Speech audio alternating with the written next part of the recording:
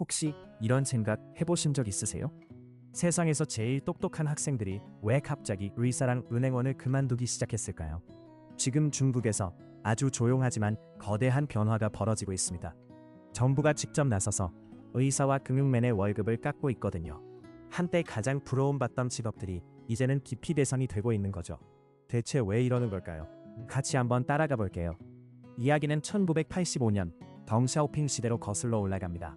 당시 중국은 큰 결심을 합니다. 바로 의료 개혁이었어요. 방향은 간단했습니다. 병원 건물 같은 인프라는 나라가 지어줄 테니 운영비는 알아서 벌어라. 그런데 여기서 함정이 하나 있었어요. 운영비는 알아서 벌라고 해놓고 정작 진료비란 수술비는 원가도 안 나오게 묶어버린 겁니다. 약값도 도매가에서 딱 15%까지만 남기게 했고요. 자, 병원 입장에서 생각해보세요. 본업인 진료란 수술로는 돈을 벌 수가 없는 거예요. 그럼 병원은 어떻게 했을까요?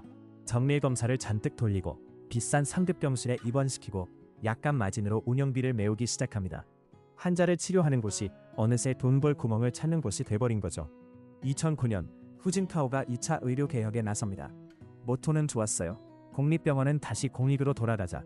그래서 그동안 약값에 붙이던 15% 마진을 아예 0%로 금지해버립니다. 대신 부족한 돈은 진료비 인상이랑 정부 보조금으로 채워주겠다고 약속했죠. 그런데 이 약속이 지켜지지 않았습니다. 수입은 줄었는데 메워준다던 돈은 안 들어오고 병원과 의사들은 또 다른 뒤를 찾게 됩니다. 이번엔 아예 음지로 들어갔어요. 제약회사에서 몰래 리베이트를 받고 수술 전엔 환자가 의사한테 빨간 봉투, 그러니까 촌지를 찔러주는 관행이 생깁니다. 거기다 마진 높은 스텐트나 인공관절을 많이 쓰고 굳이 필요 없는 CT랑 MRI까지 마구 처방했죠. 공식 월급은 쥐뿔인데 이런 음성 수입으로 다들 버티고 있었던 겁니다. 그리고 2023년 8월 시진핑이 의료계에 대대적인 반부패 캠페인을 터뜨립니다. 방금 말한 이 음성 통로들을 한 번에 다 막아버린 거예요.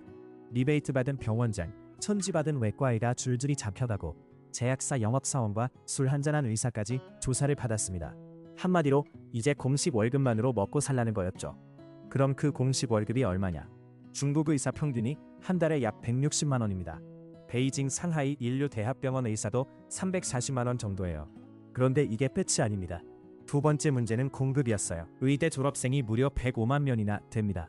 근데 실제로 의사로 등록한 사람은 단 4만 명뿐이었어요. 나머지 96%는 제약회사나 의료기기 회사로 가거나 IT 헬스케어 창업을 하거나 의료 공무원이 됩니다. 졸업생은 많은데 병원으로 안 가니 남은 의사들 일은 더 빡세지겠죠. 한국 의사가 일주일에 평균 117명을 본다면 중국 의사는 155명을 봅니다. 더 많은 환자를 보면서 급여는 한국의 20분의 1 수준인 거예요. 훈련 기간은 또 어떻고요? 한국은 6년이면 일반의가 되는데 중국은 8년이 걸립니다. 그중 임상 3년 동안은 월급이 고작 20만 원에서 60만 원. 생활이 안 되어서 중간에 포기하는 사람도 많아요. 오래 고생하고 박봉의 일은 살인적이고 그러니 중국에서 의사는 이제 비인기 전공이 됐습니다. 그런데 시진핑의 칼날은 의사에서 멈추지 않았어요. 이번엔 금융권을 조이기 시작합니다. 2022년 8월 금융회사들의 공문 하나가 내려옵니다. 직원들 임금을 낮추라는 지시였죠. 급여 높기로 유명했던 한 국유 금융사는 직원 월급이 39%, 임원은 무려 65%나 깎였습니다.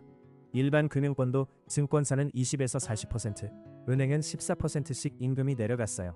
심지어 이들을 감독하는 기관도 예외가 아니었습니다. 2025년 1월 중국 3대 금융단독 기관 직원들의 급여를 50%나 깎아버립니다. 원래 금융업 임금이 제조업의 2.3배였는데 이걸 비슷한 수준까지 끌어내린 거죠.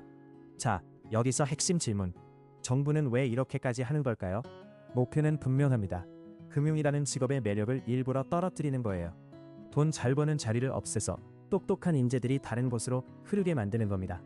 그럼 그 인재들을 어디로 보내고 싶은 걸까요? 바로 반도체, 인공지능, 에너지, 그리고 로봇, 이 4개의 산업입니다.